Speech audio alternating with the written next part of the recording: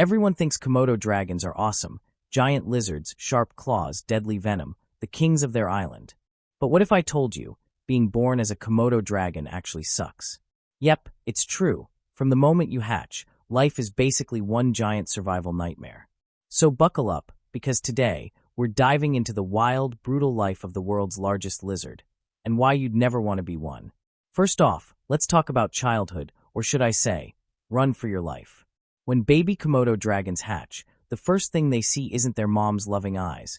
It's a bunch of hungry adults ready to eat them.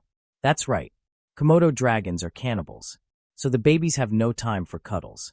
The moment they crawl out of the egg, they sprint to the nearest tree and climb as fast as they can. Because if they don't, they become breakfast. And for the next 3 years, they basically live in trees, eating insects, birds, and whatever tiny creature they can find, just trying not to die. Let's say you survived childhood. Congratulations. Now you're ready to come down from the trees and join the big scary world below. But guess what? Things don't get much better. Komodo dragons live in one of the hottest, driest, roughest places in Indonesia. The ground is like lava, the food is hard to find, and the competition is brutal. You've got to fight other Komodos for every meal, and these guys don't play nice. And when you finally catch something, like a deer or a goat, it's a nasty, slobbering mess. Komodo dragons have mouths full of deadly bacteria and venom, so every bite is basically a toxic disaster. They can eat up to 80% of their body weight in one sitting, then just lie around for weeks digesting it. Sounds cool, but also kinda gross, right? Okay, now let's talk about love life, or well, the lack of it. Komodo dragons aren't exactly romantic. Males literally wrestle each other for the right to mate, like scaly sumo wrestlers. And the female?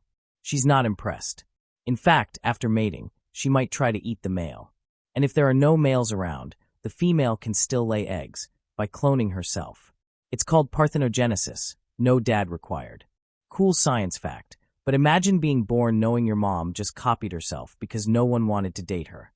Yeah, that's rough. People call Komodo dragons apex predators, the kings of their island. But even kings have problems. They overheat easily, can't run for long, and if they get injured, there's no healing magic here. Sometimes they fight so brutally that both dragons walk away bleeding and infected. And humans? They're making things worse. Their islands are shrinking.